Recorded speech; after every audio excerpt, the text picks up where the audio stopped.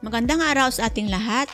Ako po ay nagpasalamat sa inyong suporta sa patuloy niyong panonood sa ating YouTube channel at sa ating mga silent viewers. Maraming salamat rin sa inyo sa pagsubaybay at patuloy na pag-subscribe at huwag kalimutan mag-like na rin sa ating mga videos na sa inyo ang aking pasasalamat at pagpapahalaga.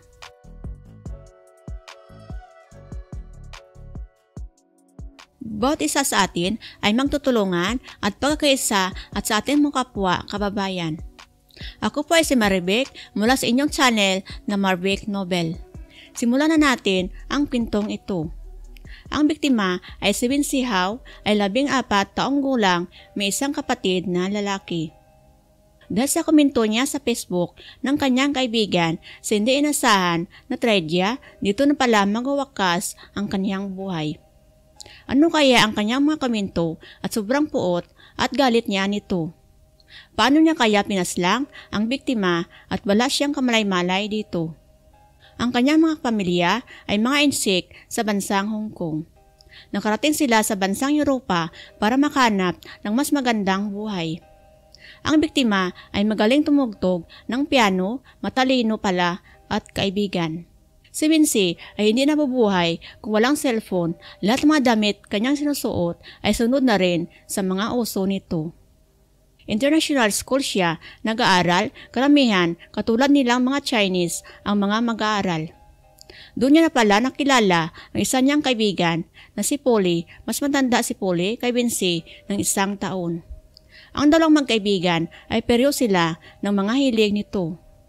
Kaya mabilis silang magkasundo at magkaibigan. Noong 2011, sa kasamaang palad, biglang nagkasiraan ang dalawa. Ang dahilan ng kailang hindi pagkaunawaan ay dahil pala sa isang komento sa Facebook nito. Nagpost si Polly ng litrato sa kanyang Facebook nito. Agad naman nagkomento dito ang biktima na si Wincy. Ang komento ng biktima tungkol sa kanyang suot, dadamit nito na hindi maganda para kay Polly. Nabasa ito ni Polly at nagalit pero pinilit niyang wag na lang sagutin ang komento ng biktima at nanahimik na lamang ito. Pero sa kanyang pagtahimik nito may kapalit pala at buhay niya ang kapalit. Isipan ni Polly na kausapin ang isa sa kanilang Facebook friend na pagsabihan sa Wincy na limitihan niya ang kanyang bunganga at pagkomento sa kanya. Sabi pa ni Polly, dahil kung hindi siya magkapagtimpi o makapigil sa kanyang sarili, baka kung saan na siya pupulutin. Doon na nagsimula ang post nilang dalawa sa Facebook na may patama bawat isa. Sa kanilang dalawa, walang gusto magpakumbaba o magpatawad bawat isa. Ang kanilang mga kaibigan, umaasa na balang araw silang dalawa ay magbatian at bumalik ang kanilang pagkaibigan. Pero si Polly para hindi na makipagsundo kay Wincy. Mas malalim ang kinikimkim at galit niya sa biktima na si Wincy. Talagang hindi niya matanggap ang mga komento sa kanyang litrato sa Facebook nito.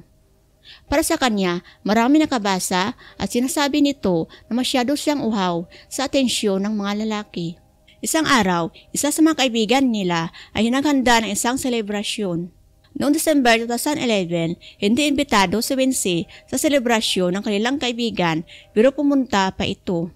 Na makarating si Wincy sa selebrasyon, agad nakita niya si Polly at sinugod siya nito at kinumpronta. Nagkasagutan ang dalawa hanggang sa tuluyang nag-away. Agad silang inawat at pinalayo sa mga bisita. Sobrang galit si Polly at pinagmukha pa kay Wincy na hindi siya imbitado sa selebrasyon na iyon at bakit daw siya umattend pa. Walang may gusto nandoon siya sa selebrasyon na iyon. Agad umalis na lang si Wincy at masisira lang daw ang kanilang kasiyahan nito. Habang paalis si Wincy, ang sigaw ni Polly sa kanya ay papatayin kita.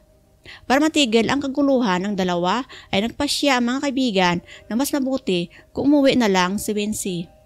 Hindi makapaniwala ang biktima na si Wincy, lubos ang kanyang akala na kaibigan niya rin ang mga bisita sa selebrasyon na iyon. Nasipan niya lahat nandoon ay kampi at sang-ayon kay Polly.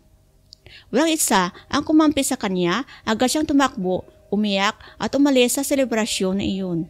Kinabukasan, balik-iringan naman ang dalawa, mga masasamang text sa Facebook, kaliwa kanan ang patama nilang dalawa. Araw-araw na lang, ang una nilang mababasa ay mga social media na mensahe sa kanilang Facebook nito. Ang mga banta ni Polly ay mas lalong tumitindi pa dito. Sa simula, hindi pa masyadong pinapansin ito ni Wincy pero ang tumagal na nakaramdam na rin siya ng takot sa pagbanta ni Polly sa kanya. Nisipan niya rin baka tutuhanin ni Polly ang kanyang mga sinasabi para sa kanya. Ang mga magulang ni Wincy, agad niya rin pinabasa ang mga komento kaya kahit sila ay nakaramdam ng pag-alala para sa kanya. Noong January 14, 2012, alas 3 ng hapon, ang panahon ay taglamig. Si Wincy ay nasa bahay lamang kasama ang kapatid niyang lalaki at ama nito. Ang kanyang ina ay nasa trabaho pa ito. Ang kanyang ama ay nagluluto ng pagkain nila. May kumatok sa kanilang pinto at tumigil muna sa pagluluto at binuksan niya ang kanilang pinto. Binuksan niya ang pinto at isang binatilyong Chinese ang bumungad sa kanya. Agad niyang sinabi na mayroon siyang sadya kay Wincy at gusto niyang kausapin ito. Nisipan ng kanyang ama na maniligaw ng kanyang anak ito. Kaya maayos at pinatuloy niya sa kanilang bahay ang binatilyo. Agad niyang tinawag si Wincy at sinabing mayroon siyang bisita nito. Pagkatapos, bumalik muli ang kanyang ama sa kusina at tinuloy ang kanyang pagluluto ng kanilang pagkain. Nakita ni Wincy ang bisitang binatilyo na kaupo sa kanilang sala at biglang nagtaka siya dahil hindi naman sila magkaibigan nito. Palagi niya ito makikita sa kanilang paaralan pero hindi naman sila magkakilala nito. Ang bisitang binatilyo na ito ay si Genoa. Kaya nagtaka siya ay binati niya si Genoa at sinira ang pinto. Ang pinto na iyon ay pinakadibisyon ng salas at kusina. Sinira ni Wincy ang pinto para hindi marinig ng kanyang ama ang kanilang pinag-usapan. Sa pagsara niya ng pinto, hindi niya pala alam mas lalong malaya ang salarin para siya ipaslangin sa oras na iyon. Wala pang isang segundo matapos isara ang pinto, inatake ni siya ni Genoa ng patalim diretso sa kanyang mukha at liig nito. Habang inatake siya, sabay sabi ni Genoa sa kanya na patawad dahil kailangan niyang gawin ito para siya ay patayin nito. Hindi akalain ni Wincy na siya ay patayin pala ng kanyang bisita. Sumigaw siya sa sobrang takot at nabuti naman narinig ng kanyang ama ang sigaw niya. Napatakbo ang kanyang ama sa sala, agad naman sinalubong siya ni Genoa at inatake niya ng kutsilyo. Lumaban ang kanyang ama at nagtamo ng mga sugat sa kanyang braso at katawan nito. Habang ang kapatid na lalaki ni Wincy ay narinig niya ang ingay at kaguluhan sa sala. Agad siyang tumakbo at nakita niya ang kanyang ama at salarin na si Genoa na inatake ng patalim. Tumawag siya sa telepono at humingi ng saklolo. Habang si Genoa naman, hindi na siya naaksaya pa ng oras, mabilis siyang tumakbo bago pa siya madatnan ng mga pulis sa bahay ni Wincy. Ilang minuto, agad dumating ang mga paramedics at mga pulis, dinala nila ang mag-ama sa malapit na ospital. Pinasara nila ang lugar kung saan para mahanap ang salarin. Alam nila na hindi pa ito nakalayo ang salarin. 2 oras na paghanap, natagpuan nila si Genoa na salarin, nagtago ito sa mga damuhan sa kalsada. Habang ang ama naman ni Wincy ay naipagamot ang kanyang natamo ng mga sugat nito. Sa mukha, ang marami ng tamo ng mga sugat at mabuti naman hindi masyado kagrabe ang kanyang natamo ng mga sugat nito. Pero si Wincy ay hindi maganda ang kalagayan at nakumatos na ito. Pagkatapos ng 5 araw, tuluyan na siyang binawian ng buhay. Ang mga magulang ni Wincy ay parang sinakluban ng langit at lupa sa sinapit na kamatayan nito. Lalo ang kanyang ama, wala siyang nagawa para iligtas ang buhay niya sa oras na iyon. Sobrang kalungkutan at paginagpis ang kanilang nararamdaman.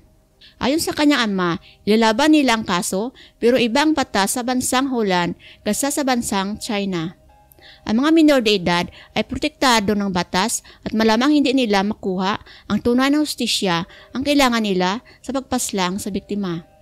Bilang pagpupugay sa alaala ni Wincy, nag-alay sila ng isang seremonya para sa biktima. Maraming mga kaibigan at kakilala ang dumalo sa oras na iyon. Si Polly, isa na doon ang dumalo sa seremonya na iyon.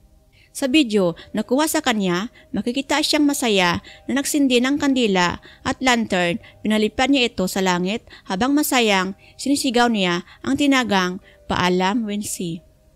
Sa impila ng mga pulis, sinimula na ang pag-imbestiga sa salarin na si Jinhua.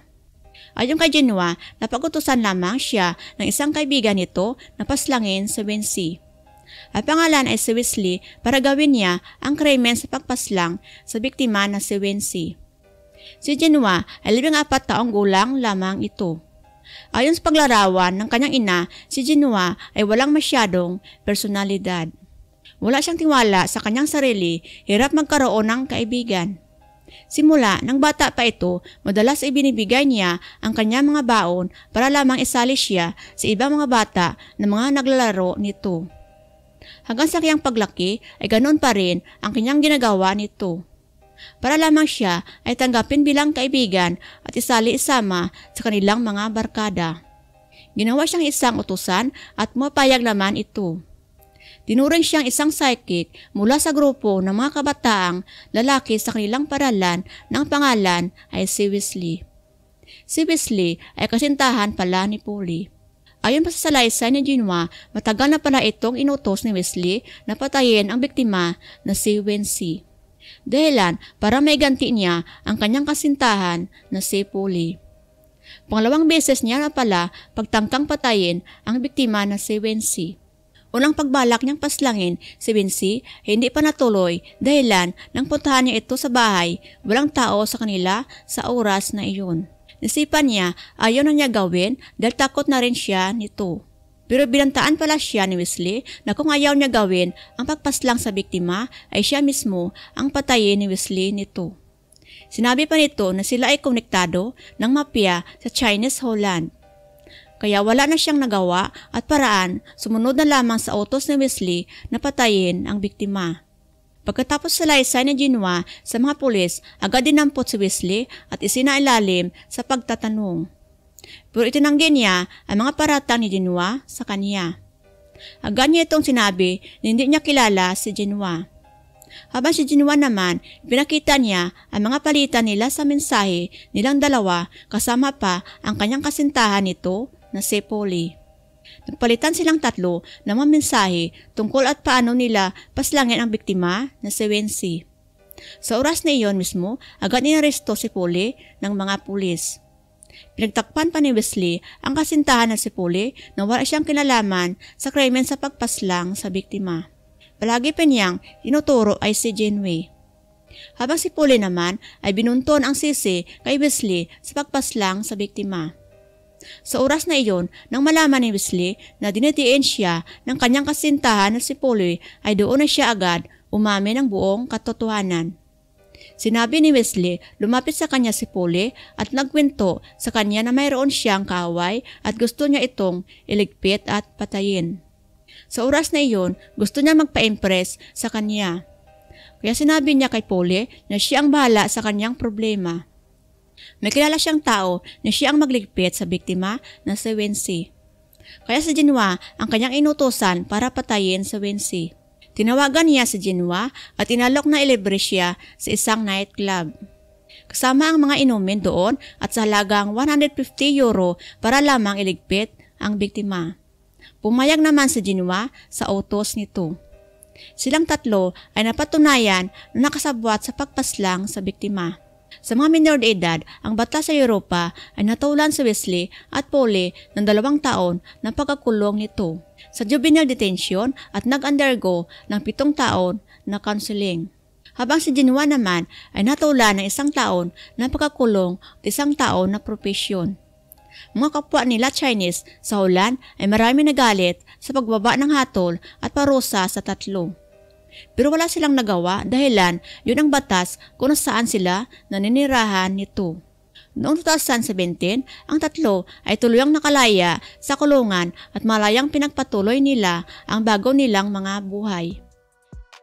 Sa muli, maraming salamat sa pagtatapos at pagkikinig sa ating mga kwento at huwag na rin po kalimutan mag-like sa ating mga videos. Sana matutunan tayo mga aral at mayroong disiplina sa ating sarili at sa ating kapwa, para maiwasan ang hindi magandang mga trahedya sa ating paligid. At patuloy na pagsuporta sa ating YouTube channel na Marvic Nobel. Magandang araw sa ating lahat. I like to be my own worst enemy. There's no risk if you don't try at anything, so I'ma just keep buying everything. See you in the next life, have to be a better me. I don't think that my head's on straight. Gotta flip it and grip it and go and get an x-ray. What's wrong with me? I just feel weight pushing on my chest and it squeezes till I suffocate. Better change my mindset, meditate. It's pretty cool that I'm alive and have better days. I could walk, see, hear, I should celebrate. Think I could change my mind, maybe elevate.